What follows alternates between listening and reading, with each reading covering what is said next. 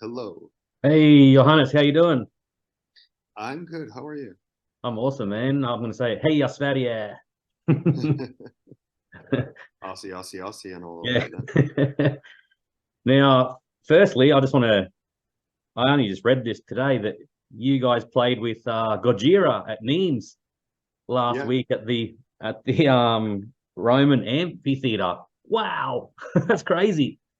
no, that was cool. It was the second time we got to play there, actually. It was, and it's a really cool place because it's an old Roman Colosseum that is still up and running. Uh, so, yeah, it's a special vibe being there. And then France has Yeah. been very good for us for a long time now. And to play there, that is a home from home with their home boys. uh, made it all a very, very homely, special experience. And it was my birthday, so it was a good Oh, day for sure. happy birthday. Thank you. That is so cool. I remember seeing Metallica play there back in 2009 or 10 on the video, and I was like, wow, that's a cool venue. It is a very cool venue, absolutely. Well Very, done for very sure. cool venue. Now, Sounds good obviously, also. yeah. Now, you guys have obviously been doing the European festivals recently. You did things like Hmm. Download. You obviously did Sweden Rock Festival, your home festival. Any particular highlights from those shows? Honestly, this whole past month has been a highlight reel. I think we just worked up a steam in the ever since it all opened up for COVID. I was very adamant on that we would hit the ground running. Yeah, So, like, okay, now we have to be the best band ever. And I, it's not for me to say, but that's how it feels. yeah, And with these festivals, every single one of them was that feel of like, we turn a corner now. We turn a corner in Sweden. We turn a corner in Norway. We turn a corner in Austria, Switzerland, Germany, yeah. England, and Finland, and Belgium. All of them like had something to that degree of like, did we just nail it again? Like, so it's been an incredible beginning of this summer That's here, awesome. Now, winter for you. yeah, I know that the new album came out in February. Dance, Devil Dance. You've already done a North American tour already, headline tour. You've done a European headline tour. Let's go back to the early stuff. And I wore this shirt specifically for that. I'm going to wear my Yeah, I IMPALED noticed. Yeah, Nazarene. yeah, yeah. I know. I noticed. How now? That was your first tour, wasn't it, with the IMPALED Nazarene? Correct. Yeah, Was first that proper go on a nightliner and be with other bands, and was that crazy? yes, it was. They had a very tough time. They haven't, they have historically, I think it's fair to say, not been strangers to controversy. Yeah, The way I got to know them, they were just considering the young, obnoxious, overly excited rats that we were. They were nothing but cool to us, and we learned a lot at the end of the day. But they had problems. We had problems with canceled shows. We had problems with this and that. yeah, Um, it was 2.5 weeks, and I mean, we've been on tour 2.5 months, but nothing has been as long as those weeks. And yeah, also because everything was new back in those days for you, of course. So you remembered each show for a long time. I remembered everything about each show individually and what happened. yeah, Uh, but also things happened on that tour. The bus got the part of the roof torn off and driving into Prague. Just yeah, things happened. So you learned a lot. You also learned kind of how to act and carry yourself while on the road, yeah, how to, just that you're part of something that you need to respect and stuff. And it was a crazy mix of bands because Impale Nazarene headlining, main support was this band, Master, culty death metal band. yeah. If you ask him, he says he invented death metal. Sure. And then this Swiss gang of trust fund kids wanting to be some kind of glamorous industrial rock. And it was just a crazy blend of people. And thus, too many people on the bus. Everybody smoking indoors. Oh, also in Rotterdam, the Yeah. bus was broken into and a bunch of stuff was stolen. Just again, things happen. A lot of things happen. It was a trial by fire that then, but learned a lot that you bring with you then for the rest of your lives. And yeah, quite an adventure. Yeah. That's awesome. Now, you guys have been playing for a very long time. I think you started in 2001. You joined the band in 2002. Yeah, that's the thing. We grew up together. Like, we learned to play together. We were really 14, 15 years old when the band started out. So it's funny when people now been talking about our 20 years career, and it's not a 20-year career. It's been just been life, and it's been youth centers, battle of the bands, having smoking your first cigarette or whatever. You know, it's been all of those things, and then now, yeah, sure, now it's a career, but that's secondary. I'm sure that if you know, we're gonna go to Australia now, we're gonna be the best band ever, so people better show up so that they can spread the word, so we can come back. That whole thing, that's what's going on now. But you know, if everybody still say boo, slam the door, you know, tear up our passports, say don't you ever dare to travel here again, won't happen. If it would, there would still be an avatar at this point, you know, because it's our lives, and careers come and go. You know, I hope it still keeps coming, but it's I want to say secondary. Yeah. Now, as we just said, the band's been around for what, 20, 21 years or somewhere around that sort of price. I only heard of you guys a couple of years ago. One of my kids mentioned Avatar to me a few years ago, and I was like, oh, who's this Swedish band? I listened to it. The thing I liked about it was so different, very, very different. I know that you guys have evolved a lot from obviously Gothenburg, melodic death metal. It's the big thing in Sweden, Finland. You've developed into something very different. I don't even know how to describe your music. There's so many different things in it. How would you describe it? I'm sorry, because the answer is what you get from all musicians, but I feel it's in a way not our job to describe it. It is your job to describe it, and it's our job to just do it. That being said, what goes into the way of thinking of it is that it is, especially nowadays, the mindset is, okay, let's put it like this. Like I said, we're rooted in the music that we played when we learned to play together and became a band. Was a bunch of different things. It was also, we were covering some Halloween and Iron Maiden as well, poorly, but we did. But beyond that, is also we also mainly it was death metal. It was technical death metal, and it was melodic death metal.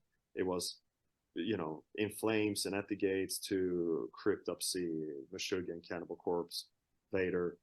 It kind of laid the groundwork for how our hands are moving. You know, when we play together. That's with a huge love for heavy metal and kind of very old school ideals for what heavy metal or any kind of, you know, music with drums and bass in it are supposed to be performed and played. Meaning for real, in a room together, and do something in the studio you can recreate live. Because I put it under the big umbrella of heavy metal, and heavy metal is a subgenre of rock and roll. Rock and roll is dance music.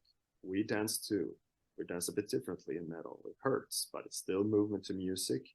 And to have that sense of movement in what we're doing, no matter what we're doing, that's you know, this huge key component. And then it's just metal. Metal is riffs, and riff is groove, and it's all about figuring out what drums to play on alongside that riff you came up with. And once you have that, and once you do it right, that should invoke some kind of imagery, a vision, a feeling, an emotion that then leads where the song is going next, and you follow the song. So I mean, there's a lot of rock and roll, a lot of death metal, a lot of melodic melodies, first and foremost, that goes into that big old blender, and then doing that, trying to write songs you haven't heard yet until we put them out. At least try to do that, and then figuring out what that music looks like, and that's Avatar. No, I love how the band has evolved over the years. Like we mentioned, gone more from the melodic death metal, which is still an element in there, obviously, but there's so much stuff in there. I listen to some of your songs and I think, is this Mr. Bungle or something? You know, it's so different. It was cool. Well, I am a Mike Patton fan. So I guess that. I definitely guess that. Now, you released a new album, Dance Devil Dance, in February. Can you tell us about the album and say how it's a little bit different to the older albums? Anything different in the songwriting process or recording process? Well, the rock and roll aspect definitely came to the next level with this one, I feel. Yeah. We excuse me, I'll take a sip here. Good. There. If we rewind just a little bit and look at Hunter Gatherer, that was very much a reaction. Every album is a reaction to whatever came before, and it was a reaction to Avatar Country being essentially a comedy. Yeah. And then we were done with comedies, and Hunter Gatherer became something very humorless by design, and also dark. And also, I think because the extreme focus on a certain vibe on Avatar Country meant there's a certain level of particular eclecticism on Hunter Gatherer that we always have, but maybe it was maybe a lack of red thread, except for no joking around. And with this album, the eclecticness always stays there. Like you say, we blend and mix and try out a whole bunch of things. But I think song by song, very focused, and a red thread in the sense of, well, we were in LA recording last time, and very slick, very fancy, amazing, but made for a very slick, expensive sounding album. And we wanted to do it in a grittier way this time to make for grittier music, and honor that vibe, and again head into rock and roll with it. So instead of going to this big ass studio that later Stevie Wonder bought in Los Angeles, we went to my family's cabin, threw out a lot of beds, and put in a lot of amps, and recorded it ourselves, just us and Jay, living as a little doomsday cult in the woods. So that changed the vibe completely. And it was really from start to finish about the grit. And the whole mixing, like Hunter Gatherer, sounds amazing. Sounds expensive, meaning rich, lush, low end, bassy. And with this one, it's just that, well, the teeth, the anger, the danger is in the mid range. So, the guitars, the spit and vinegar, and whatever it is, piss and vinegar, whatever the saying is. So a lot of that went into it. Then making it, obviously, the writing started during the pandemic and lasted throughout most of it. And it was important to not to keep your world big. All our worlds felt very small there for a while, of course. While it happened to the whole planet, our own little worlds, we were isolated to different degrees in different countries, but all the same, it just wasn't what we were used to. Yeah. So in that environment, keeping your world big made this album quite spiritual in a weird way, because I don't believe in anything, but I come to appreciate the power of symbols and the power of rituals, and what symbols make sense in this point in life. And that one big one is Satan. So it's the most satanic Avatar has ever been, although what that means in our hands might be different from what it means in other hands, of course. Like but if the more conventional gods and followers, like if their scriptures are quite misogynist, they're quite authoritarian, they're quite many things. And if then this symbol of an antichrist or a Satan becomes the antithesis to that, the adversary, then that means that is egalitarian, it's feministic, it's democratic, it's animistic, it's closer to nature, and challenges the status quo that's bringing us straight to shit right now. And we gather around symbols and rituals. I don't believe in hocus pocus, but still, rituals are magic nonetheless, because you do blow out candles on a birthday cake every year, I'm sure. So we partake, we gather around rituals. It's a way for us to communicate with ourselves and with people in the past in an intellectual meaning of it, and also think about what's ahead of us, So a ritualistic, satanic party album. Yeah, that's cool. I like it. Now, the big news, the reason for the interview is you guys are coming to Australia. Finally. Oh, yeah. It's taken forever, but you're coming here. We're pretty damn excited. Now, there was even a petition to get you guys here. It's been crazy. Fantastic. No, that's the thing. Now it's time for us to prove ourselves. And there's a big sense of urgency with it because it took a while It's nothing we take lightly. We don't take it for granted. I feel very confident in that Avatar has never been better. And so it's the best we have ever been that we bring over to you. And I was just like, if people show up, so we get to prove our point to as many people as possible, that will make ripples in the water, and that will mean that we can come back. But it's all about the here and now at this point. And I look forward to a lot. And I look forward as a tourist to go always going someplace for the first time. I love how little it takes for it to be exotic. Yeah. Sure, your street lights are slightly different from ours. The pavement will be slightly different from ours. Going to gas stops or grocery stores, I'm like, oh, okay, they sell this by the kilo. That's crazy. You know, all these little things. And over time, I want to do a lot of the big Australian things. But it's just so cool in the beginning, going somewhere for the first time. Everything is exotic in the beginning. That's awesome. Yeah. Now, while you're here, obviously playing 3 shows, you're playing Brisbane, Sydney, and Melbourne, the 3 big capital cities. How long are you here for? Are you going to have some time to do the tourist thing, go see some kangaroos, cuddle a koala? Well, if I don't see a kangaroo, I would be pissed. That's I'd be pissed too, man. Yeah. Aside from that, I think our time is pretty limited this time around. So we go there to work, but we go there in order to get to go there a lot. Yeah. And then just the scheduling, what we have before and what we will have after, and commitments means that I can't take a week off in Australia at this time. Yeah. But we're building towards that. And again, as long as I will be very lenient on things, like I said, because it takes so little the first time anyway. Yeah. That is all gonna be great. Oh shoot, sorry. But aside from that, I look forward to the little things. Yeah. Now, while on the topic of Australia, is there any Australian bands that you really, really like? Well, there's obviously AC/DC. No. No, but also really, like, of course, they're your biggest export, but they are also a huge inspiration to this band.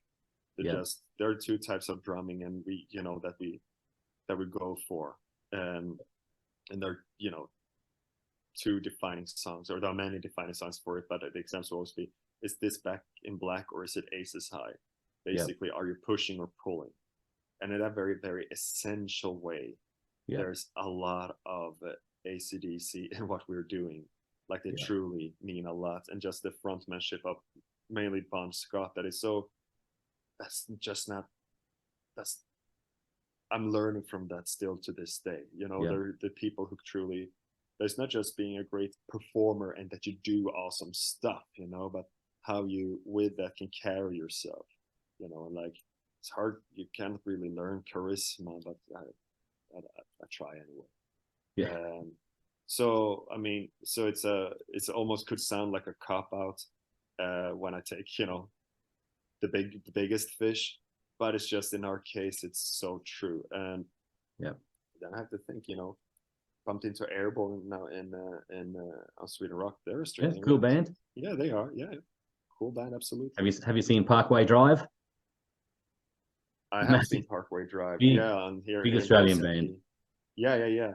And loved how when we saw them, I heard them from being out the side of the big station download, leaving. But when I saw them here in Tusk, I liked how it was so. What words would I use? Such, again, this huge show. Yeah. But at the same time, feeling like really heavy and grounded at the same time. Yeah. It's the best way I can describe what I saw there.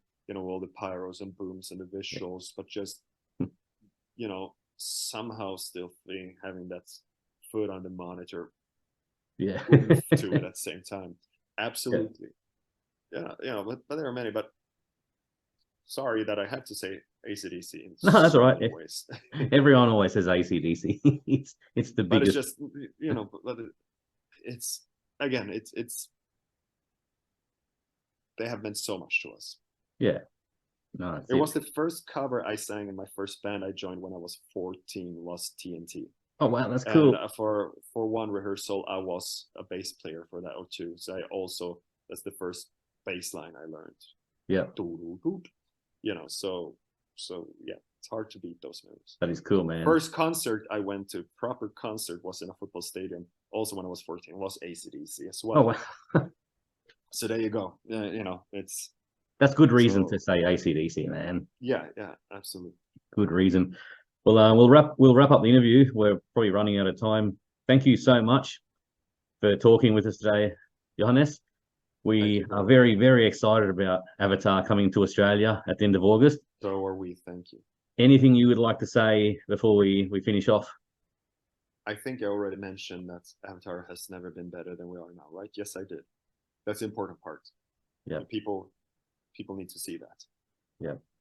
So cool, man. We'll see you in August. Thank you so much. Thank you very much. Have a Thank good you. evening.